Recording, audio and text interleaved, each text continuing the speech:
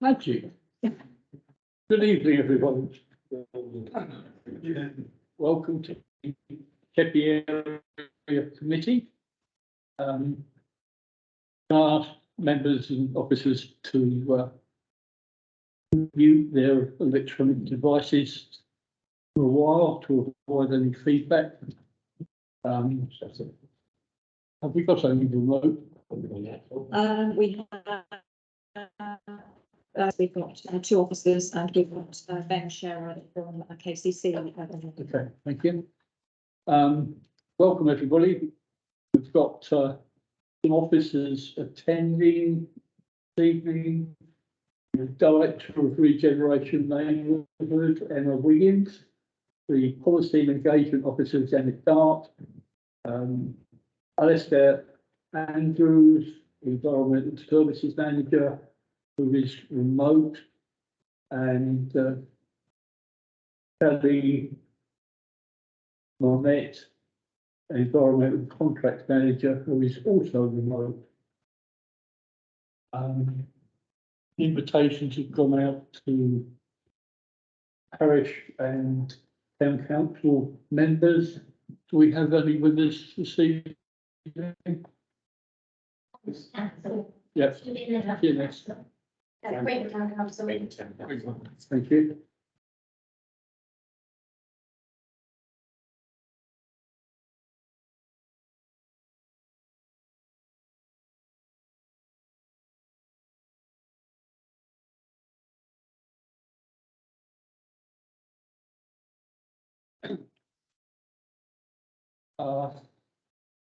Emergency evacuation procedure. The door is to my left. Follow me out. The next item is apologies for absence. Do we have any apologies? Yes, we have apologies from Councillor Richard Darby. Thank you very much. Is there any declarations of interest from members on anything this evening? Take those as we know. Item 4, minutes of the meeting held on the 6th of December. Yeah. Okay. Right. Andrew. Thank you, Mr. Chairman. I did raise at some meetings ago about having a planning briefing so that members of the public present and online could have a brief understanding of what are planning considerations, because members of the public spend an awful lot of time sometimes on planning applications, only to say that the planning committee totally ignore them, and that's because they're not relevant. But Emma has, and I asked that about over a year ago, but Emma has produced, well not produced, she's handed out these briefing notes for material considerations, which I think are a start, and the new council will look at having something which members of the public across Swale can access. So thank you very much. Thank you. I've got a couple more people who want to take them, but we can also circulate them. Can't be done it through, because there's a couple of leads to give them better to see. You put with the minutes. So the minutes are okay? Yes? Yep. Very good. On then to item 5, which is the Kent County Council Community Service consultation. This is purely what they're hoping to do, but if anybody wants to feed any information back, this is the time to do it. Do we have an officer online? We do. Ben Sheppey's online, ready to speak. Okay, thank you. Are you there, Ben? Hello, good evening. Hopefully you can hear me okay. Yes, sounds good. Excellent. Thank you very much for the opportunity to come and speak to you this evening. I know you've got a full agenda, so I'm not pretending, I'm not sort of proposing to give a big long presentation, more to just sort of touch on the ongoing consultation and the specifics of the proposal as they relate to the Sheppey area, and to point people towards the consultation documentation for feedback. So my name is Ben Sherrod. I'm the program manager for the Kent Communities program, Kent Community Services consultation, which essentially looks at the buildings out of which Kent County Council deliver a range of services. The services that we're talking about are our community services for adults with learning disabilities, our community learning and skills or adult education service. We're talking about our children and young people open access provision, that's our children's centres and our youth hubs. And we're talking about public health provision as it relates to our children's centres and youth hubs. And we're talking to our gateways as well. You may have you may be aware that Kent County Council has also recently been awarded what's called Family Hub Transformation. Apologies. Hay fever season apparently. Has also been awarded Family Hub Transformation status from the Department for Education. That is a separate piece of work, although clearly linked to what I'm talking about tonight. That piece of work is looking at the specifics of the service provision, whereas what we are looking at is the where the service is, where and how that service is provided specifically. The consultation has launched on the 17th of January. Consultation closes on the 26th of March, so you've got sort of just over a month yet to provide any feedback if you wish to do so. Once the consultation closes on the 26th of March, we have a couple of months in which to revise the proposals based on the feedback we've received. I think it's useful at this stage to say I will talk briefly about the process we've been through and how we have come up with the proposals that are out for consultation. But essentially we have sought to base our proposals on identifying the level of need for our services within the county and across the county. And whilst passionately I think that is the right place to start that conversation, we're not under the impression that we've got this right yet, which is why I would encourage anyone who is minded to provide feedback through the consultation format, through the forum, so that we can revise the proposals during April and May. In June, we will seek to take a revised version of the proposals to the Kent County Council Cabinet committees. And then in July, we're sort of targeting a decision in July, subject to the outcome of the consultation itself. If a decision is taken in July, no, we don't anticipate any changes actually being made until early 2024 at the earliest. And there is a multi-year implementation period for whatever the program, whatever the decision ends up looking like. It will take us a good 3 to 4 years to implement those changes fully. Very briefly, in terms of the rationale, the why we're looking at this now. KCC has a very large estate of buildings with high and rising costs for maintaining those buildings. We, as I'm sure everyone is well aware, the financial position for the local government sector has been sort of tight and getting harder for the last sort of decade or so, and we are sort of seeking to manage to balance our budgets effectively. We are also looking to reduce KCC's own carbon emissions, and we're also seeking to make sure that we're supporting residents with the right services in the right places. We could have, to meet those sorts of challenges, we could have chosen to identify our most expensive buildings, for example, and looked to propose closing those. That's not what we've done. We could have looked to identify our most environmentally inefficient buildings and proposed closure of those. That's not what we've done. What we have looked at or tried to look at is identifying where the need for our services exists and letting that drive our process.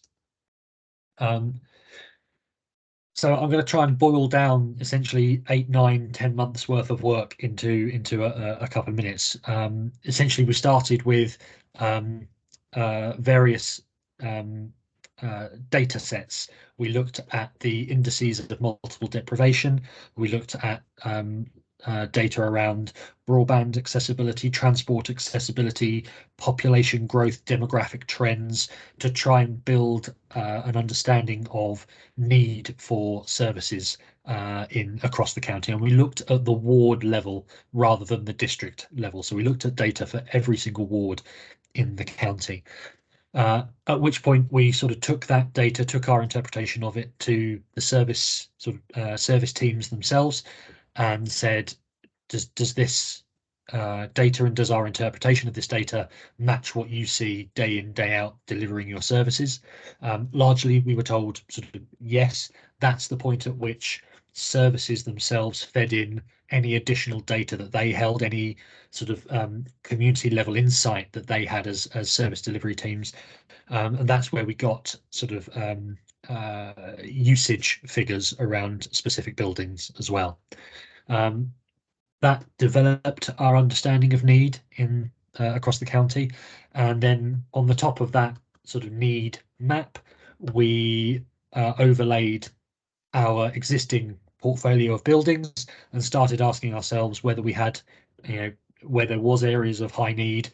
Did we have buildings corresponding in those locations? Did we have buildings in neighbouring wards that were easily accessible? Did we have buildings in locations that were sort of proximate to other services that residents might seek to access? Equally, did we have buildings which would be suitable for co-location of a number of different services? Do we have buildings which are accessible not just from transportation terms, but also in terms of physically accessible for anyone with physical disabilities? So we started asking ourselves those sorts of questions to develop our draft proposals, and those are the draft proposals that are out to consultation currently. I'm going to go on to focus specifically on the not just the changes for proposed for Swale, but also for Sheppey specifically. And what I'll say before sort of moving on is, as set out in the timeline I went through previously, these are draft proposals. We are not, no decisions have been taken. We're not anticipating any decisions being taken until later this year. So there is absolutely the opportunity to sort of input these proposals, input into these proposals as we revise them. I'm going to move on. So in terms of the changes as they relate to Sheppey specifically, we are proposing that the what is currently the Queenborough Library become a sort of new look family hub and library co-located into the one space.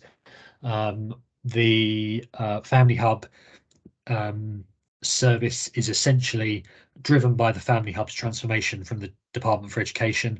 It is an integrated all through provision from sort of 0 to 19 years old, or up to 25 with SEND requirement, and linking much more closely with sort of complementary health services as well. It's about a more integrated, more all through approach to children and young people open access provision.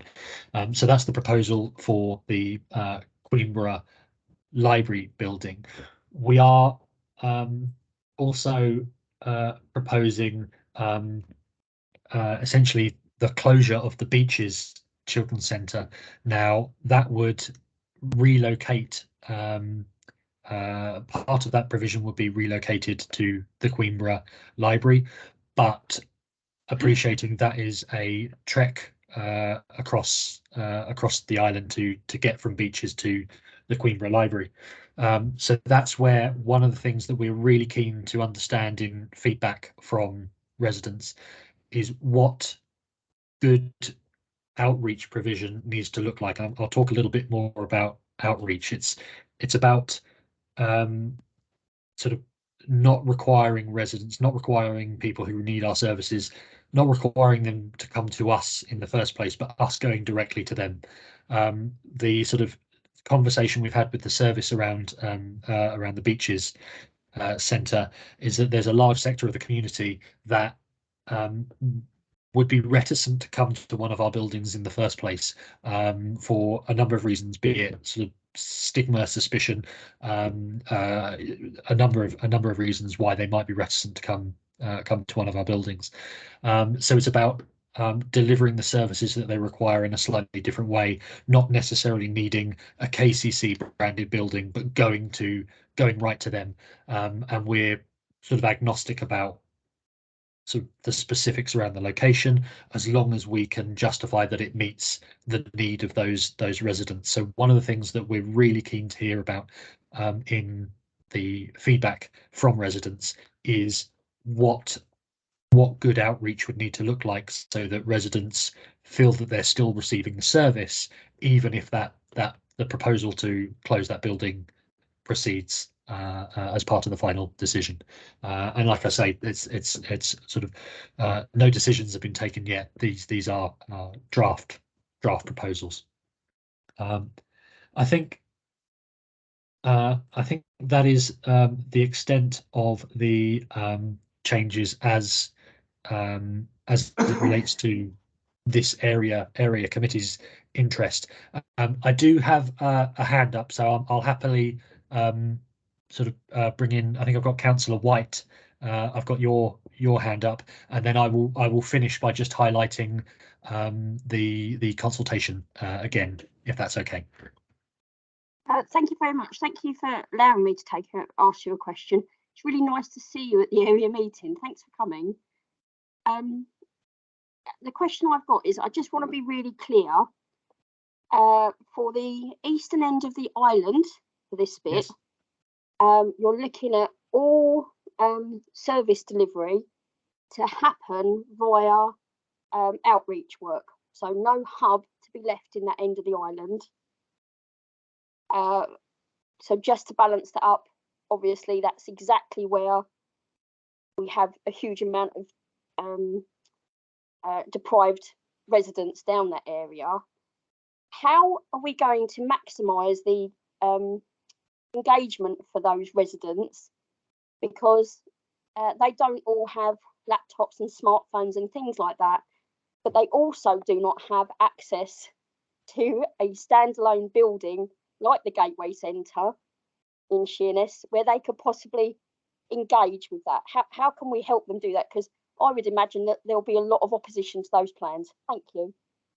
Yeah, that's a really fair question, and I think that is about working with partners, working with colleagues across the public sector, including health, including colleagues within police, within the district council as well, to identify the best way of delivering for those residents. That the conversation sort of with the service delivery team there is, yes, it's an area of high need, and that would sort of start to make you think that a permanent physical presence is required there, given the level of need, the level of deprivation. But actually, on talking to the service, the character of the need in that area is such that actually, if we can get the service delivery right by going out to residents, us going to them rather than them coming to us, whatever that looks like, the feeling from the service is that's probably the best way of delivering the right service for those residents. Now, I absolutely appreciate what you're saying is you know, the proposal is essentially taking a building away. That is the draft proposal. You're absolutely correct. But one of the things I think we want to hear through feedback from residents is, yes, obviously, you know, what the impact of that change would be. Absolutely want to hear that, but also what good outreach would need to look like so that residents feel like they are maintaining the service they need, even if the building is not where that service is delivered from. And we're sort of, you know, I'll use a general example. I'm a Kent boy all my life, but I don't know the island particularly well. But essentially, we would, you know, we're agnostic as to where that delivery could happen. If it's a safe and appropriate place, we will go to where those residents are already accessing. And if that's you know, talking to a local school and seeing if we can get space in a local school as required, if that's delivering services or delivering sessions in a cafe joined to a post office, that's what we will do, as well as the sort of the other versions of outreach, which is going directly to people's homes if that's required as well. So and the financial model that currently sits behind these draft proposals includes just over, I think, £4 million of reinvestment to build our outreach capacity, because it's already work that we as an authority do quite a lot of outreach provision already. So there's funding identified within the financial model to build that capacity. A few questions here for you. Actually, Thank you very much, Ben. I've read the consultation document as a professional person, and it's almost like a booklet, it isn't a document. And all over this document that you've passed out, it says community services consultation. Our residents don't actually know what that really means, and they're not really bothered because they just see this lovely colourful blue pamphlet that says KCC community service consultation. Oh, that doesn't include me. What we're not saying to people is we're closing the children's centres, we're closing your health provisions. We're talking about doing open access reach services. Currently, my children's centre in Rushington has staff based out of Milton. It's not local at the moment, so we're not anywhere closer to delivering local services. My children's centre still isn't at full capacity to what it was pre-pandemic. We're now only open 2 days a week, where that centre was delivering services 5 days a week to the families that need it. We're talking about the budget. We've got to save money, you've got to save your carbon footprint, but you're going to close buildings and then ask staff to travel. You then got to pay them travel costs. You then hire in the cafe next door to the post office that you've got to pay for. We're then asking parents in beaches at the other end of the island to travel possibly 3 hours by public transport because KCC have cut the bus to get to Queenborough. We're looking at pushing the problem about. I know as a country we've got an awful lot of money to save and an awful lot of work to do, but by cutting services for young people and young children, you're making your job harder for the future, because you're going to come to these children that are currently 4 years old, and when they're 20, they're going to be needing more mental health support. They're going to be needing more medical support. They're not going to be skilled enough to go out and get work. So we're going to have an underemployment. We're just pushing the problem further afield. Children and young people and mental health services should not have been anywhere in your consultational document, because they're the people that are going to be caring for me and you when we're older. They're the people that are going to be feeding us. They're the people that are going to be our doctors and our nurses. And yet, as a country and a county and as a borough, we let those children down significantly. This consultation hasn't been delivered correctly. The documents and the media haven't been telling people actually what's going on. It's just saying a community service consultation. What is that to the everyday people? We're not talking about we're closing the children's centre. These families need it. I run a nursery and I've got a high level of children who are on children in need plans and child protection plans. And we're just pushing those services further afield to where they'll have to get a train, which is once an hour, or a bus, which is once every 2 hours if it turns up, and it won't get you to the full journey. This consultation hasn't been looked at properly. You looked at saving money and you went straight to the bottom line, to children and young people, and it's totally wrong, Ben. Well said. Thank you. I'll be quiet. I've got a few more comments before we come back to you. Peter. Yes, my main problem, of course, is with Eastern Sheppey. I don't know whether your team actually looked at the transport, but there are no footpaths, no cycleways. There's only one road, and obviously, if you're travelling all that way, I would have thought that even if they're using electric cars, they still have a carbon footprint because the electricity requires carbon. So you know, I think somebody needs to actually look at the island and think the public service transport, as somebody's already said, the bus services are not, you know, and there's something that a lot of you don't realise is that a number of these camps, so-called holiday camps, have got permanent residents in them. They'll stay there for 10 months and are supposed to go after 2 months. But there's a lot larger population in Eastern Sheppey than what would appear, because they don't register for anything. And of course, the Building Act lays down wouldn't be one of your high maintenance buildings because it's quite a new one. So it's a modern building. So it's not one of the old ones that would cost a lot of money like this building to actually maintain. So I think the transport really needs to be looked at very, very closely. Thank you, Pete. Angela? Thanks, Chair. I support everything Ashley said. If you don't invest in the early years, basically you've had it. You're talking about 2 children's centres, Ben, and outreach and all the rest of it. There were 3 children's centres apart from Sheerness. There was one in Minster, which closed, but it's okay because we'll do outreach. Very little of it. The late beaches. You, KCC, have been running down the services provided at beaches for at least 3 years, pre-pandemic. And like a lot of children's centres right across Kent, you are very loath to open them up again.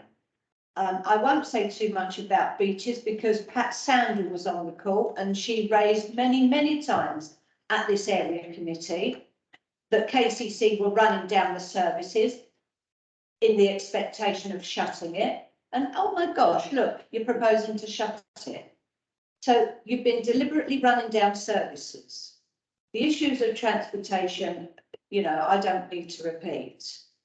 The issue of the family hub, you will end up with a signposting job like you've got in a lot of children's centres across Kent, because the Queenborough Library,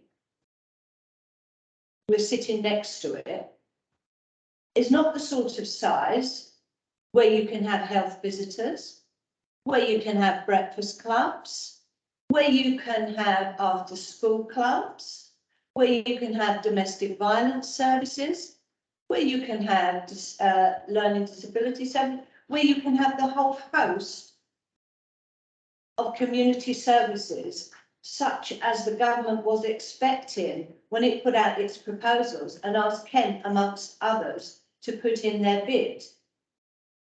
Medway, right next to us, have put in a bid. They've been working on it for the past 6 or 9 months. Even before they were finally accepted, they went out to their community well before they were accepted to say that we're looking at doing this. We hope it will be accepted. What's the sort of things that you out there in the community would want? And KCC have done absolutely none of that. They've done a desktop exercise and it's all about saving money. And what we will end up with is a lot more just signposting bases right across the country. Outreach is not going to happen. And the people that are going to suffer the most are those that need it the most. Thanks, Chair. Thank you. Bill? Thanks, Chair. Ben, have you considered the holidaymaker input that will happen at Sheppey East in a month's time? Because if you keep on going about this consultation, I'm the ward councillor and I've not ever seen anything from KCC regarding the consultation. So how are you communicating to the residents? But then how are you going to now deal with the holidaymakers' arrival? And there's quite a lot of them. Sorry, in terms of holidaymakers feeding into the consultation, sort of providing feedback. Sorry, just any resident within Walden, Laysdown, Eastchurch feeding into the consultation, because I've spoken with them all, being the ward councillor up there. No one's had anything. okay. So in terms of the promotion of the consultation, that's been sort of promoted in the local press. It's in our sort of hard copy promotional material, and the hard copy consultation documents is in our sort of community building. So the documentation should be out there. We're also sort of communicating. I think I've got 85 different drop-in sessions, meetings, briefings to get the word out and talk and gather feedback throughout the process. If there is anything, Sorry, can I interrupt you again? Sure. Yeah. Where in Sheppey East have you carried this out? When you say carried this out, because the documentation is in In where? our community buildings. Which are? So it'll be in the Beaches Centre. It'll be in, I know it's not the right side of the island, but they'll be in the Queenborough Library as well. So It's far, mate. 10 miles. Yeah, I appreciate that. But the documentation, so that we are trying to hear from service users, are in the community buildings already, where the service users access. So, but if there is additional stuff, if there's more stuff we need to be doing to promote it, then I'm more than happy to kind of hear about that and take that on. Yes, you are needing to take it on, because very few residents, right, and I'm going to Beaches tomorrow if it's open, and I'll see if they've got any. I've got a couple more people want to speak. Ken? Thank you, Chairman. I agree with Andrew on lots of things, but I was at the launch of Beaches when we had it built, and it was designed for the young children and the families.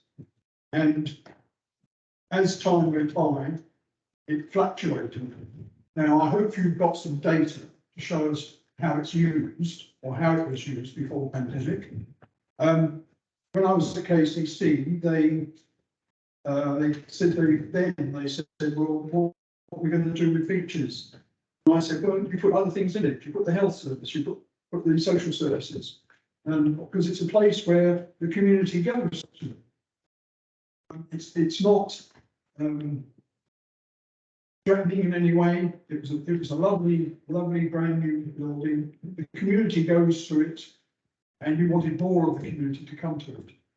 So are you saying that you disagreed with all that we tried to get all the services into there, because it was the services in the round, from children being born right the way through to what you said, 1925, where parents, where the families all met, community met, and it was designed to have a little cafe, if you like, so that people can have a cup of tea or refreshments. And so that was the style of it. Now, it seems to have gone down and you now deciding, by the sound of it, that you're going to close it. Now, why? You know, if you had carried out all the things that we did at KCC, you wouldn't be in the situation you're in now. Thank you. Linda, Can you just, clarify the, Queenborough halfway wall? Where would that be and what buildings are you proposing to use? I'm really sorry, the sound in the room isn't great. Can I ask the last speaker to repeat the question, please? Yeah, I can. The outreach in Queenborough and halfway ward, where were you proposing to locate it? In And Queenborough, why were you locating it there? Queenborough Right. Library, it's library, aren't it? Only the library, is that the only place? Not, it's where we are proposing within the consultation document, but it's not necessarily the only place. And as I said, one of the things that the consultation is helping us to identify through conversations with residents, but also with other partners, is other opportunities for outreach locations. So whilst that is the one we have captured in the consultation document, it is not necessarily the only outreach location we would consider. And part of that determination is the fact that need for outreach services is going to be transient. It's highly demand led. So it's about working with partners to understand what the need is, how it's changing, where it is, and making sure that we use whatever facilities we can to be in that location. Just on that point, the transport, there is no bus that goes from Lansdowne to Queenborough. That's the first thing. So you have to go into Sheppey town and then get the bus out. And buses are only every hour. So that's one point. And the other point is that we have a perfectly good school at halfway that's sitting there doing nothing. If you wanted a place that was going to reach all the expanding population in Queenborough and halfway, that would have much better parking facilities than the library, the little tiny library that we've got there. You mentioned a school there. What's that school known as? Sorry, just so I can take note of it. halfway primary school, It's halfway, is it? Right. Okay. Good. it's redundant. Yeah. It's been standing empty for 4 years, 5 years, Yeah. or longer than that. Excellent. Okay, Okay. I've got one more speaker, Simon. Yeah, thanks, Chairman. Just, I've got to agree with everything that's been said so far. I think this carbon footprint and climate emergencies are a sort of lots of things. I mean, Queenborough Library was built in 18 something. It's still got single glazed windows. It's no way is it going to save any trees. Oasis is in terrible trouble at the moment. We've got a lot of kids around here at the moment causing what's the polite word, nuisance? Yeah. So how are we going to deal with all of those outreach? They can't even come anywhere. They've been a nightmare at the moment. And as the other said, you can't travel. Queenborough Library is the size of about 4 porter cabins. It's got no parking. And I know you want everyone to walk or cycle here, but that's a different world. Thank you. Thank you very much. If anybody's got anything else, they can add it to the consultation. Is there anything you want to add before you leave us, Ben? No, just to say thank you very much for the opportunity to come and speak to you this evening. I appreciate the time you've given me on the agenda. What I will do is, if perhaps through Janet, if I provide details of the consultation website and the feedback routes, so that people can use those and share those as needed. Thank you very much, Ben, and thank you for sharing it with us. Thank you for your time. Okay, on then to the next item, item 6, which is Marine Town Food Waste and Alternative Weekly Collection Trial. Who's taking this one? Good evening. I'm Alistair Andrews. I'm the Environment Services Manager. Thank you for the opportunity to speak with you this evening. Kelly and I are here to provide a brief update and answer any questions on the separate food waste collection and the alternate weekly collection of refuse and recycling that we've been trialling across 3 roads in Marine Town in Sheerness. Kelly's going to talk to you about how that trial went and what the proposed next steps are. And this item, it will be discussed in full at Environment Committee on the 2nd of March, but we wanted to take this opportunity to update this group this evening. So without further ado, I'll pass over to Kelly to talk about the trial. Thanks, Alistair. So just a bit of background, really. The Swale predominantly is a wheeled bin authority, and we offer an alternate weekly collection to the residents. So refuse one week and the recycling the next week, with food waste weekly. The food waste wasn't rolled out until 2014. And at the time, Marine Town stayed on a weekly refuse collection and a fortnightly recycling collection, and we didn't roll out the food waste at the time. This is mainly due to a lot of houses not having access directly to their back gardens, so they weren't able to have wheeled bins, and there was an issue with the quality of the recycler that we were getting from the area. It was always the intention to roll out the alternate weekly collections to the area, and in 2021 we did a survey, a waste collection survey to the whole of the borough, but particularly from Marine Town we delivered the survey. We posted it through the letterboxes in the area, and we got quite a good response back, and a lot of the residents came back and said that they wanted the opportunity to recycle their food waste. Also, under the government's 25-year environment plan, every local authority have got to provide a free separate food waste collection by 2025. So we know that perhaps now's the time that we need to start doing something about the area, and making sure that they have got the opportunity to recycle everything just as the rest of the borough have. So in 2022 we ran a trial on 3 roads in the area. We gave them food waste collections weekly, but we carried on collecting their refuse weekly and their recycling fortnightly. We did that for about 6 to 8 weeks, and that went really well. So we then went on to stop collecting their refuse weekly, and we just collected that fortnightly, and then on the alternate week we would collect the recycler. We had been monitoring for a period before, and the recycler that was coming out of the area as a whole had really improved. So we took this opportunity while we could. Once the trial had finished, we did another survey at the end of the trial, and around 88% of the people that responded to the trial said that they had used the food waste bin, and that it had helped them to stop wasting their food. So that was really encouraging, and as I say, now the proposal is to roll it out to the rest of the area. It will help us with our recycling tonnages in the borough, and it will help with bringing down the refuse tonnages as well.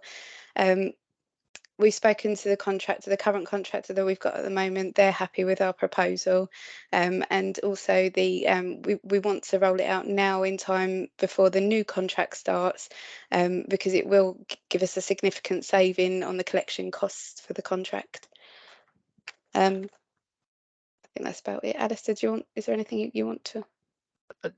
The only thing I was going to add is, those survey results that we got from the residents in Marine Town were very positive in favour of the trial. I think 94% of residents said the information they received was easy to understand, and that resulted in that really good uptake of the food caddies and the food recycling. The other thing that I'll touch on just briefly is the environmental benefits.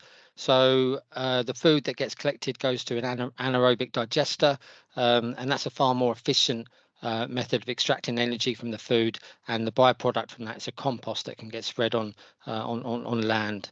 The recycling, obvious environmental benefits there. It keeps those materials in that circular economy for longer, so they can be reused again and again. But also, this scheme would mean that fewer vehicles will be travelling through that area, because one vehicle would be able to pick up the refuse and food one week, and again one vehicle would be required the following week for the recycling and the food. So there are benefits all round, and the residents in the trial seem to like the scheme as well. So I think we'll leave it there and take any questions. Thank you. Are there any questions, Angela? Thanks, Chair. When we went to the fortnightly collection, Alistair, you weren't here, I was. We left the people in Marine Town because we were going to look at how we would sort out that issue, and it's taken a long while, but we're getting there. But what we said at the time was, you can put out so many sacks, we will collect so many sacks from you per week. And it was based on how much I and people in the rest of the borough with green wheelies once a fortnight could get in their bin. And I have noticed many times over the years, as I keep reporting, some people put in 15 stacks a week out. Now that, when we decided what we were going to do all those years ago, we should have been monitoring it properly, because people have been used to putting out 15 lakh sacks a week, which equates to, I don't know, if you jump on it, maybe three wheelie bins worth. Now, if I put 3 wheelie bins worth out, I'm damn sure your men and women are not going to take them. So I think there's an education issue here. And get back to what you said originally, it must be in writing somewhere, of what the expectation was of the public.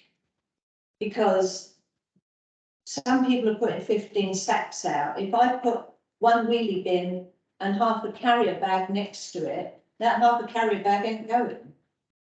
We've been told that quite clearly over the years. So I do think that we do need some parity right across the borough if we're going to roll this out. And I get that you've got to do it slowly, so that we make it work and educate people. But the bottom line is that there does need to be parity right across the borough. Thanks. Was it Lee? Who was it who indicated the seat? Huh? Right. I've got you anyway with it. Okay.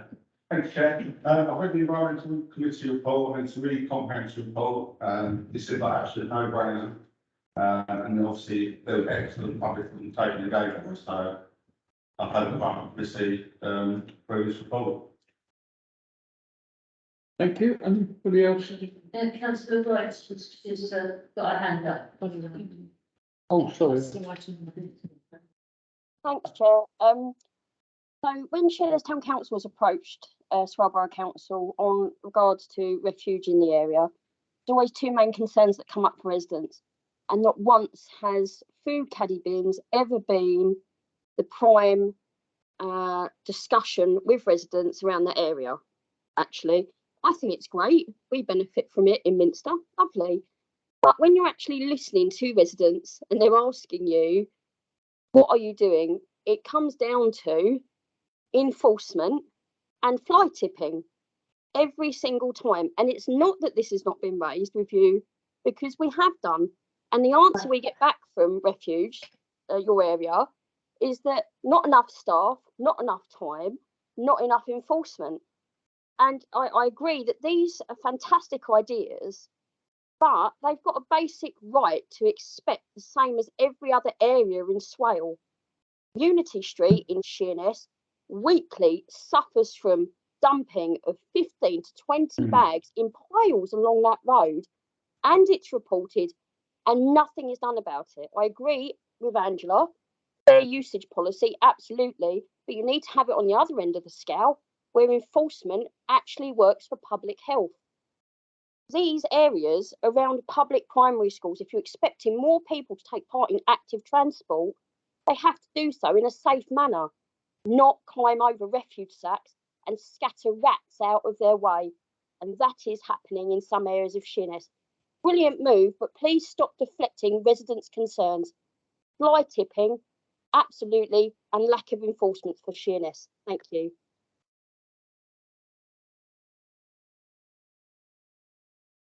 Okay, that's Only why. everybody who wants to speak. Do you want to say anything more, or are you happy?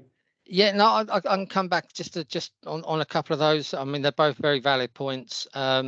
With regards to the consistency across the borough, I totally agree, and that's what we're trying to work towards. We are a wheel bin collection area, and we're trying to get that consistency.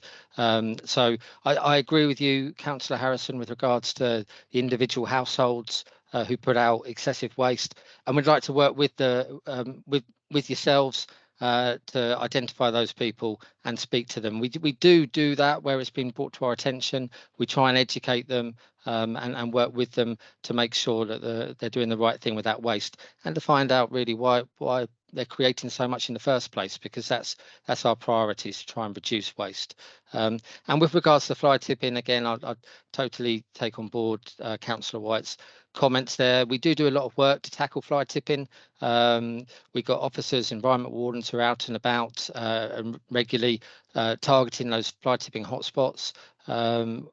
We'd love to have more resources, as I'm sure every department would, but we have to prioritise the resources we do have accordingly, and target those areas that where we have the worst problems. But we do a lot of enforcement, especially around the smaller scale fly tipping.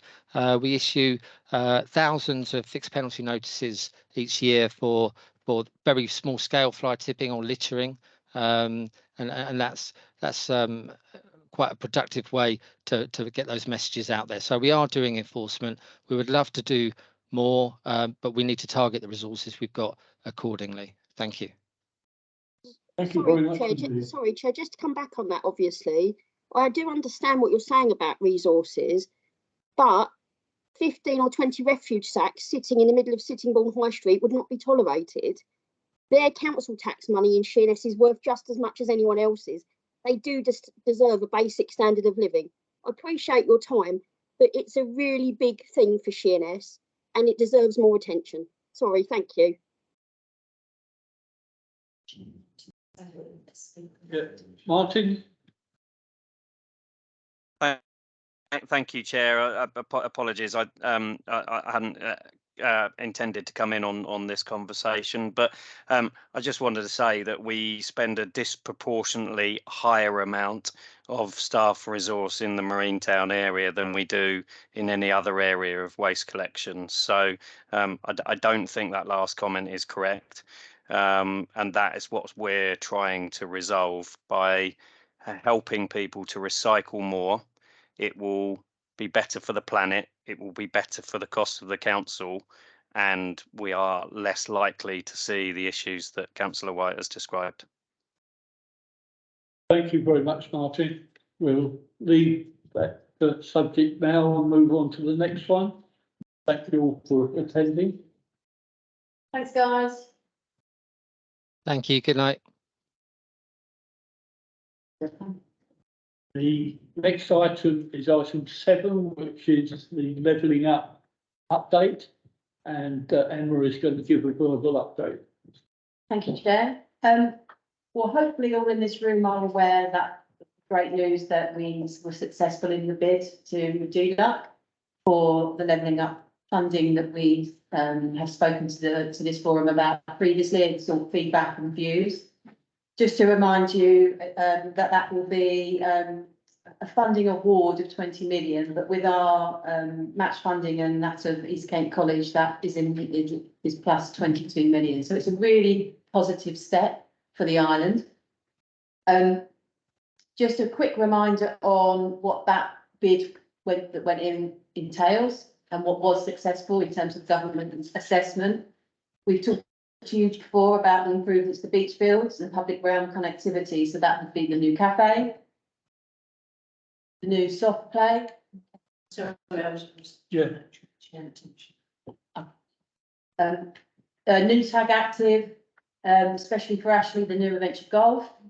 Extended GP footprint, Sheppey matters, and in terms of consolidation and improvement to the offer in terms of the building, new outdoor gym and toilets, and then obviously the Sheppey College extension that we've spoken about, which would create a new junior college facility of 14 to 16-year-olds and creative and digital courses and increased adult learning.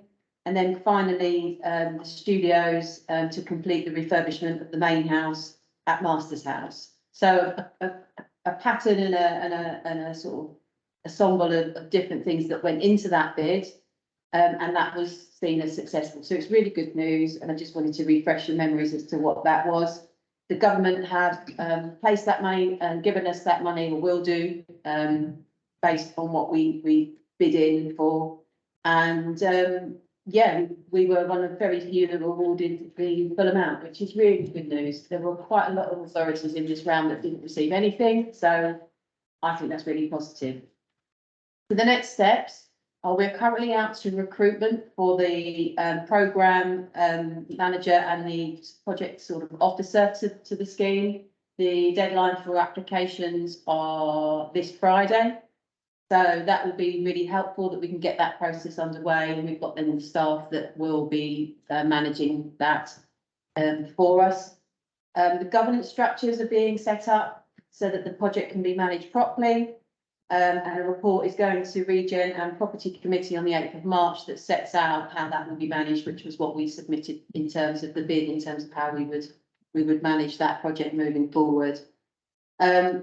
We are yet to sign the grant agreement from government because we haven't received it. For those that have had experience of government bidding, it takes time.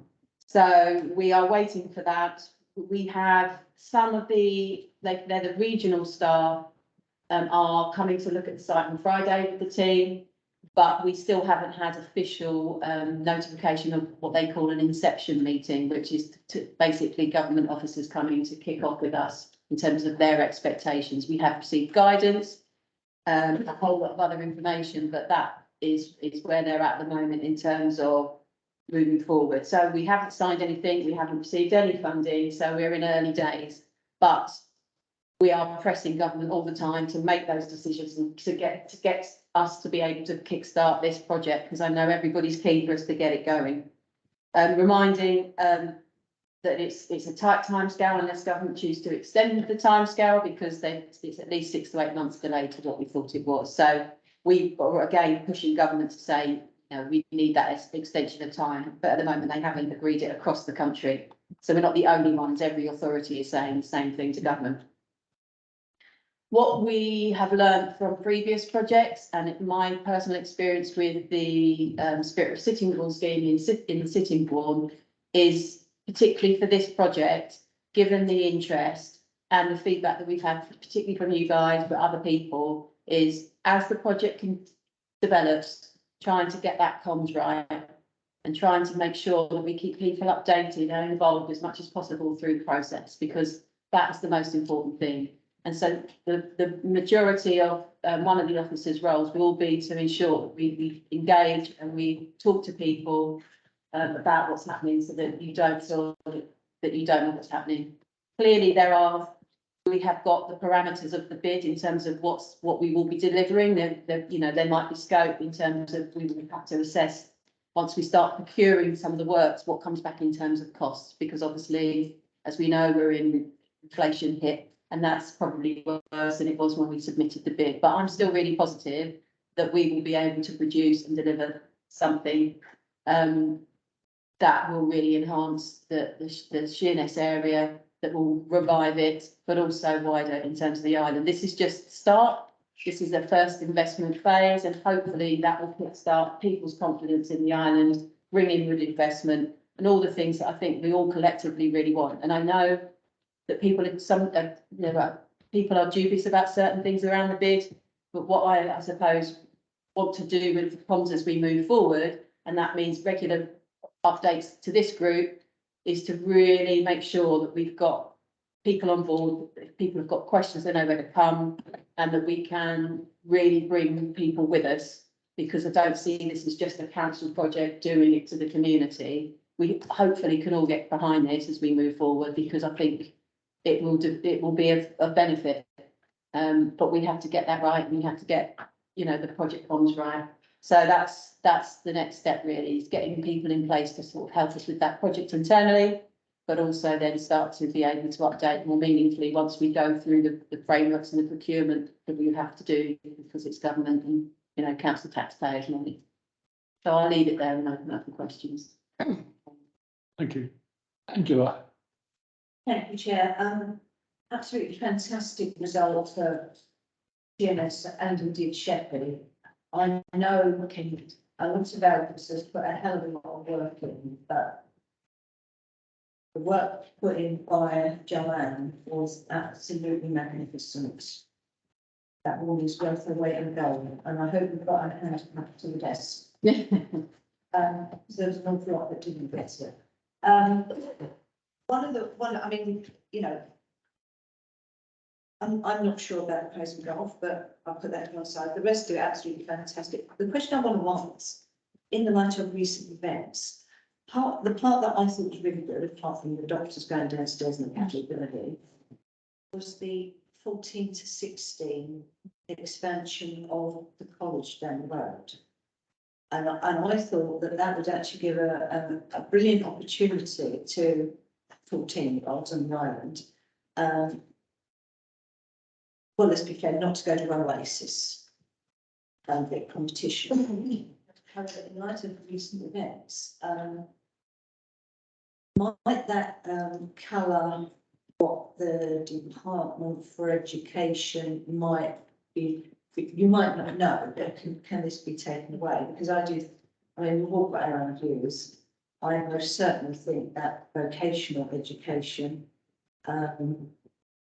is the way forward. There's lots of academics that can't pick up the paintbrush.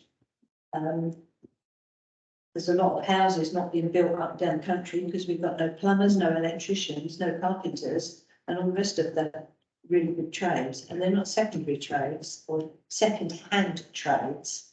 The skills that you need to actually pass qualifications in these, the electronic. I don't really understand, but the electronics that's involved in the plumbing, car mechanics, and all this bit, it is not for thick people. It's not a thick alternative. It is a real alternative, and it's sadly needed in this country. Really well needed in this country. So I'd actually see that being a good opportunity and a good bit of competition. Well, I thought it'd be a good bit of competition at the time, but then everything's up in the air. So really, is the DfE likely to take that into consideration when deciding what to do about our schooling on the island? Can we make sure that are they aware of it? I can't answer that categorically today, but I think my view would be that absolutely we need to ensure that there is. I do know that with the situation that the offer view is that it has to be complementary across whatever happens with Oasis and this. So there can't be competition, and there has to be collaboration. How that looks and what will work, that's not for me to say. That's something for KCC and DfE to work out for Oasis.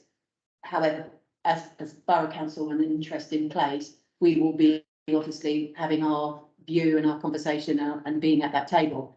I think it's a real opportunity with the college because it will offer an alternate provision, I believe. You're absolutely right. That type of vocational offer is absolutely needed on the island. And I would say it's practical people rather than thick or not thick people, as you say. It's about that practical element, which so many of our children on the island have. It's not about qualifications. It's about being practically able to do those common sense things, which I'm really rubbish at. Crikey. So that I think is exciting. It won't cover all of the solution because it's an extension and it's a limited amount of courses. But actually what we can then do, hopefully, is look at that bigger picture for the island. So it does provide that stepping stone and that kicks, as we say, that kick start. And actually the situation on the island, which, is a separate conversation, I think only hopefully now we'll be able to add value, and we can start to finally have that conversation about where we might need to be. But as I said, that's for the DFE and KCC in the main to make that decision. But obviously, we as a borough council will make our view heard, and let's hope that it's collaborative and complementary, and we're yet to determine what might happen and who might be the trust or whoever, whatever the makeup will be. But yeah, absolutely, I think East Kent College are really happy. We've got a meeting with them next week, and you know, again, we will have updates from them as well that can come here, and we can see how things are playing out for them as well in terms of their responsibility of that element of the project in funding. Thank you. It always frightens me when I look around at the number of people who can't use tools to do jobs about the house, and the ones that do use them don't really know how to use them properly. One of the things when I went to school, all the schools had practical training in woodwork, metalwork, and other things. Today, it seems to be a rude word to pick up a tool. Anyway, Ken, you had a... Yes, sorry, thank you, Chair. Yeah, congratulations. And I thank all your team for hitting where you are. Now, I would like to put a question to Martin. Oh, are we still there? Hello, Martin. Previously, because that all the parties concerned with the legislation and building in the centre, that all get round the table together and are not picked off or are not communicated with, as what appears to be the case, individually, because we all benefit from each other and we need everybody around the table.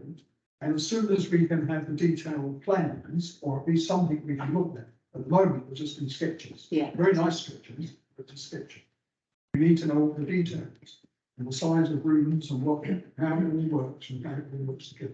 Yeah, and that's part of the next stage of procurement, and I'm sure Martin will come in a minute, won't he? He's meant to be making pancakes with his kids. Anyway, that's the next stage. So again, through the project management that we will be procuring, the REBA stages that I'm sure we're aware of in terms of design and concepts. So basically, what we've given to get the money is a really high level thing. So now what will happen is we'll have to do the due diligence about actually what does it cost, what can we do, and how does that work? And that absolutely, when I say around engagement, I don't just mean general public, I'm talking about our stakeholders, the partners that we absolutely have to work with.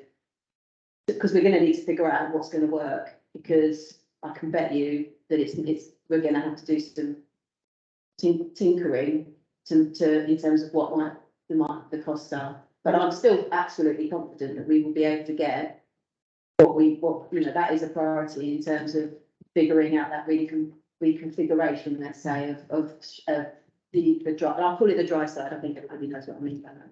Yes. The reason for raising it at this stage for Martin and yourself is that what we don't want is the areas that are allocated, that they don't work properly.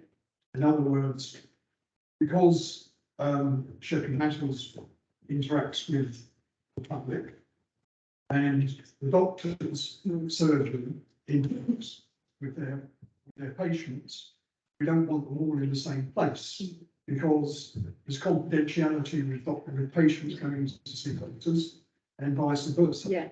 And when I looked at the sketches, it came to mind that there was areas there that were conflicting with each other. And I understand that we're not all talking to each other.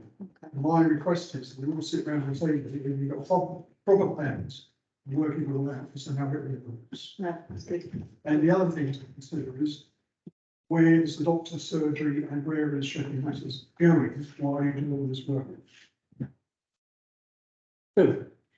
Yeah, firstly, as a resident, I'd like to say I'm really pleased that the money is there, and it should be a great thing for Sheerness itself and hopefully for the wider island.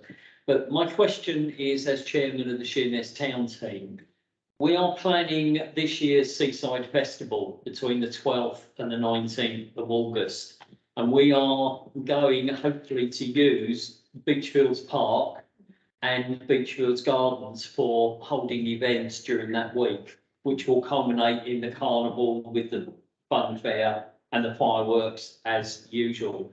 What I'm hoping is that you can give us a reassurance that it's okay for us to go ahead and plan these events, and that we're not going to find nearer the day, once it's all planned, that we can't use those areas because of works that are going on. As I say, the fun fair is always there every year and is very well attended. Yeah. If it's right in the middle of a building site, then that could be a problem. So I mean, if you can, I don't give us a reassurance now or later on. Martin might come in, but I'm not gonna give a reassurance because I need to go, we need to go, we haven't figured out the timescales yet, we know we've got an indicative window, but August isn't that far away. So whether or not we're gonna have a building site on site by August, I'm not sure Yeah, that we will. but obviously will be, it impacts us because Yes, we're absolutely. planning it now, and if we Yeah, yeah, book people. But if I may, I mean, Martin can come in, but if we take that back and obviously we've got officers that come to that meeting, you know, we can channel get back with you. I mean, for instance, we're hoping to book donkey rides. You know, obviously, if we book and pay for them and then suddenly we can't do it, that means the town team will lose money. Yeah, okay. We don't want to do. We'll come back to you outside of this, if that's okay. Yeah. Do you want to come in, Martin? Yeah, of course, because Emma's laughing, so I better. So apologies, I missed the gentleman's name that made the comment. So all I would say is very similar to Emma.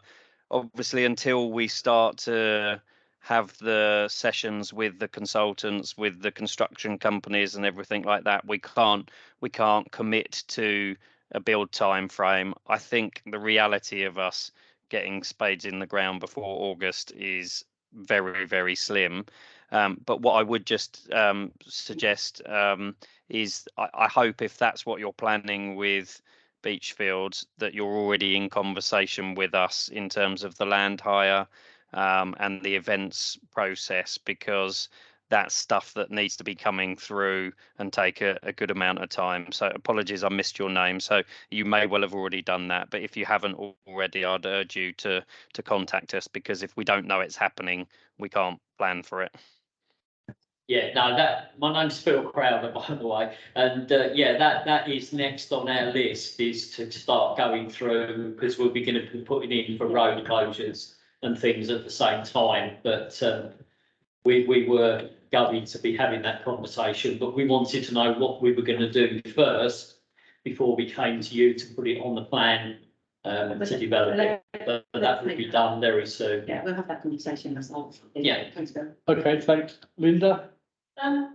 It's with Master's House, I want to ask you a question. It's going on very nicely. You know, the winters are in and there's lots of things happening.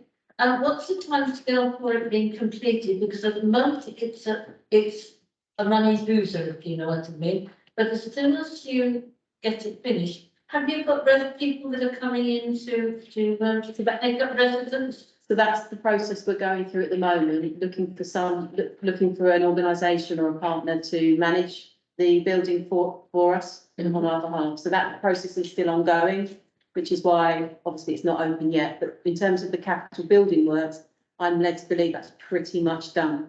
But obviously we need to then go through the process of getting someone to manage it. So that's what we're doing at the moment. Is that will bring you money? Well, we're hopeful. Depends what model, but yeah, we're hopeful. At least will be used, which is a real positive for the community. Fine. Thank you, Chairman. I think it's great news, Shanice, and well done to everyone. And as Ken says, Councillor Pugh rather, it benefits each other. It benefits all the islands, and it will attract investment to the island. And we're attracting investment. We've had Audi want to come. We've got Lidl want to come now, which are benefiting the whole island, and for my ward, Queen Roads, Joplin. But we're still finding Creek and Sheppey are objecting to these proposals. We've all got to work together. We can't have one bit gets one bit and one bit, well, we don't want that bit. We all have to work together, otherwise the island will fail. Peter, mate. Yeah, very quick one actually on Master's House and the fact that Sheppey assets will be homeless for a time, I would have thought the best bet would be not to start getting loads of other people in, but they could move out and in there, even as a temporary matter. And that's been explored. I'm led to believe there have been initial conversations about what happens when people have to move out. So that's not the case, can you tell me? But obviously, when we submitted the bid, we need to think about the cost of any move because that would need to be covered. So those sorts of conversations have been and will continue to be had. So it's a possibility. Thank you. Okay, thank you for. Just one more, councillor White online wanted to. Oh, right. Colin, are you there? Sorry, Chair, I'll make it really quick. There's only 3 points. We'd love to see communication coming back through the town council. We're very pleased to offer the letter of support that went forward for the bid itself. That was a really good thing and a great partnership that we'd like to continue with Swale, if that's all right. I really would like to see a recognised area, potentially in the Gateway Centre, where it's allocated on a permanent basis, where, like when the town clock was put up, we had hoardings, we had update information. There's plenty of space in the Gateway that a permanent area could be put there where people could be updated on a regular basis with meeting notes, with updates to keep the town people updated. And the third thing and the last thing is that at this stage, I would really put a support in for what Ken Pugh has said already, that actually this is about taking the townspeople with you. There is the talent in the area. We have got Peel Ports, we have got aviation companies in Bluetown that are already consulting with the likes of universities and things of that nature. We have got the Pyramid Project that are looking at children that are not in educational training.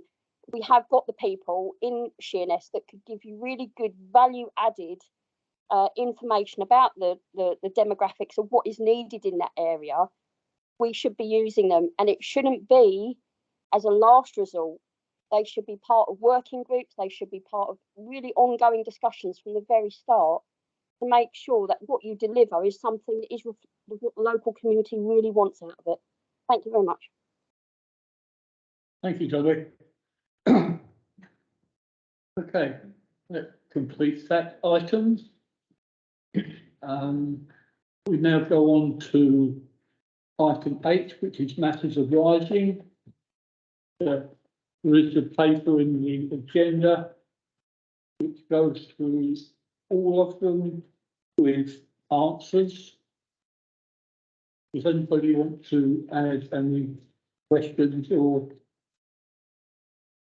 Peter? Yeah, well, on the first item, I don't know whether you're going to take me through one at a time, but on the first one, with regard to coach parking in Bluetown, there is a lay-by on the side, and I know it's Kent County Council because it's a road, but we're all taxpayers, and Kent Highways perhaps will contact Kent Highways and suggest that that lay-by on the left-hand side as you go down Bluetown High Street is then has a sign up there that says coach parking only or something like that. It's printed parking down in Bluetown. Either that or provide some yellow cones so that the criterion could actually put some yellow cones out when they know there's a coach coming, or maybe one or two coaches. It seems to me obvious. Okay. In answer to the previous question, I've contacted KPB and just waiting for them to, not put a finger out, which was more polite to them, but get on with the job and arrange exactly that. So, also, further comment on master riding, I think it should be highlighted that 2 out of 3 items on the Peace Committee are Sheppey items. I think the whole Environment Committee is Sheppey items. So, think of moving forwards. Ashton. Yes, item 6, Chair, thank you. The condition of Queenville Guildhall. I know that Councillor Beard would want me to mention this. The condition survey was carried out, and I don't know whether anybody else has had time to read it. It makes for interesting read because I don't know where they surveyed. It mentions the central heating, which we do not have. It mentions the cavity wall installation that we do not have. it mentions the beautiful decor and the lovely condition of the wallpaper that's falling apart down from mouldy. So yeah, the condition survey is not worth paying for. But I know Cameron will want me to keep pushing it, so yeah. They're not the only surveyors that look into a crystal ball. Peter? Yeah, just, on the words, you can take note, but number 5, postal policies. The cross-party members we had a very big majority at Swale, that the postal policy should be changed. And it seems that the coastal policies, the South East coastal policies thing, they really haven't got down to it. And it's quite a simple thing. If you read in one part legally, it says that it's now down to Swale anyway. The Swale, well, we know that the cross-party, vast majority of members voted for a proposition which I made, that the postal policy would change. The implication, of course, is that the Environment Agency, we've got quite a bloated budget, quite frankly, £1.6 billion a year, 1.6 thousand million pounds a year, and it possibly would cost them to do a small scheme which we produced several years ago at East Sheppey Gap to stop the longshore drift and the erosion there. But the money would actually, as cost benefit analysis from the government, it would actually be very viable. So just putting some groins in, I mean, basically, if you look at, I mean, I've got a beef with the Environment Agency. They don't repair the groins, and we've lost the beaches at Blaisdell, which is supposed to be holiday beaches. Sand's already gone for most of it, and the beaches in Sheerness are appalling because they haven't maintained the groins. So, you know, I do know quite a bit about coastal erosion because my father was a geologist in a geography course. But you know, if we want holiday makers to come to use the sea and things, we should be exerting an awful lot of pressure on the Environment Agency. They won't want to spend anything anyway. But I won't go into details, but it's really very unsatisfactory. But they have done a superb job at Rock House, which is next to the yacht club. Perhaps they thought I was looking at them, but now I'm fit again. I will be. But apparently they've really done a superb job replacing some storm damage because that's quite vulnerable. You know, and I know it doesn't come into this, but we should be looking at our coast. Anyway. Thank you, Chair, on this. I think it's good to see that I was going to suggest we send it to the Environment Committee, but as it always says in the outside, we'll go to the future Environment Committee. Also, I raised last week that the planning transportation wasn't approved. Should the last time doesn't go ahead, they need to get some of their spoil and implement one of Peter's plans to stop the coastal erosion and link up into with later. Perhaps then do can walk to the children's centre at Sheerness. Not to prolong the discussion, but we know the Environment Agency has a no active intervention policy, and that's the issue that's being discussed, isn't it? So it will come to the future committee, just as this says. We need to find the resource and capacity to do it. And at the moment, the team just don't have that resource and capacity. So yeah, it will come. It's not the Environment Agency actually. They're only consultees. Are you talking about the cliff area? Yeah, but again, it's not to prolong the conversation. No, I'm just saying that legally they're only consultees. They're not. They're not decision makers. No. Anything else? Anybody? Okay. Move on then to public forum. We've got any members of the public here? One.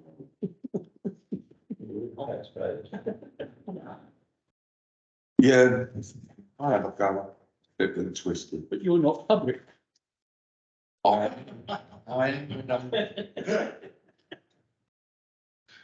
No, I mean, well done to Sheerness getting all that money, but there are other locations on the island that do a few. Other? Yeah, Yeah. for that village called Minster, that's bigger than Faversham there. The whole island is Minster. Yeah, it might as well be. Your precept, we ain't got any full precept. If you want to hear from a member of the public, I'm quite happy to put something forward. As long as it's not too long. No.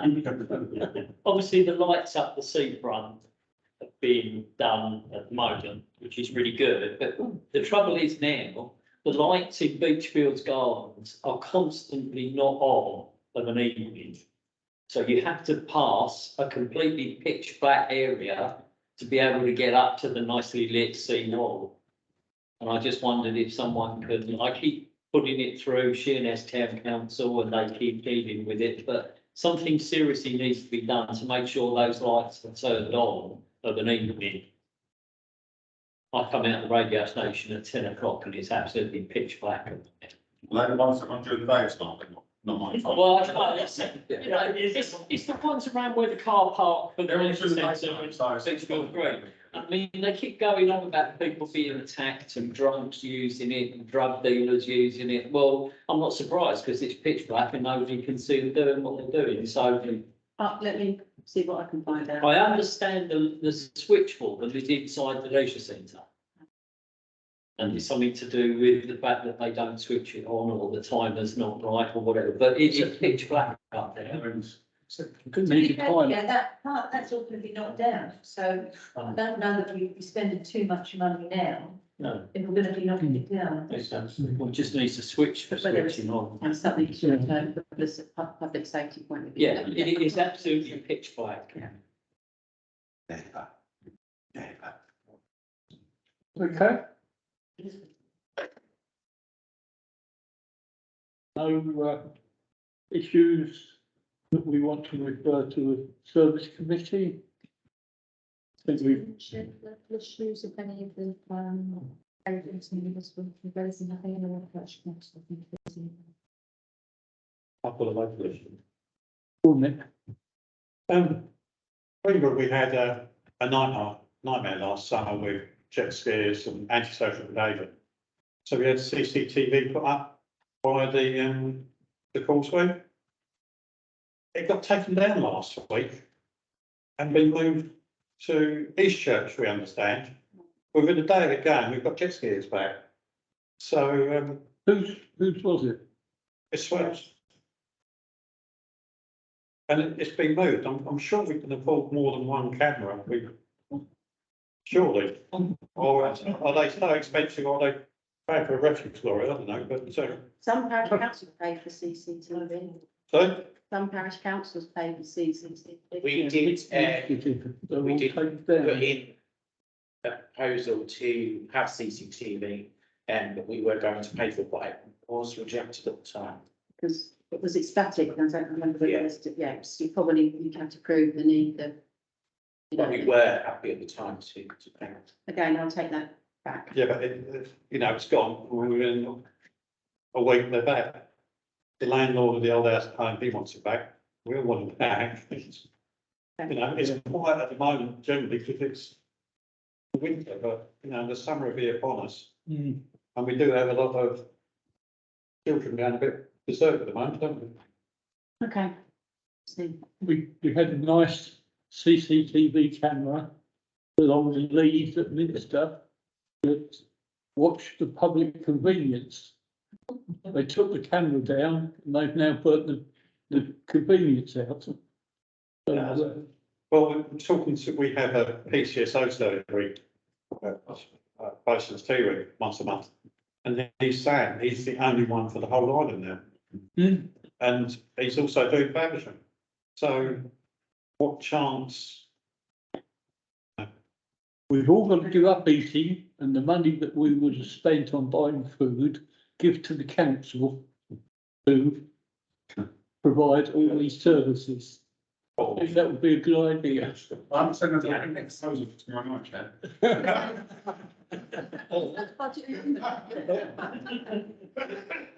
They've been to our reserve. Okay, thanks everybody. This is the last meeting of the season. So we wait and see what happens the next year after.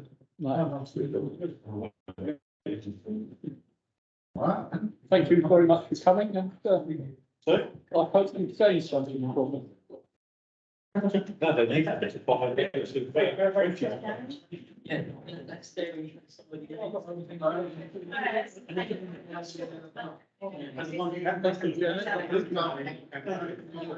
Well done, James.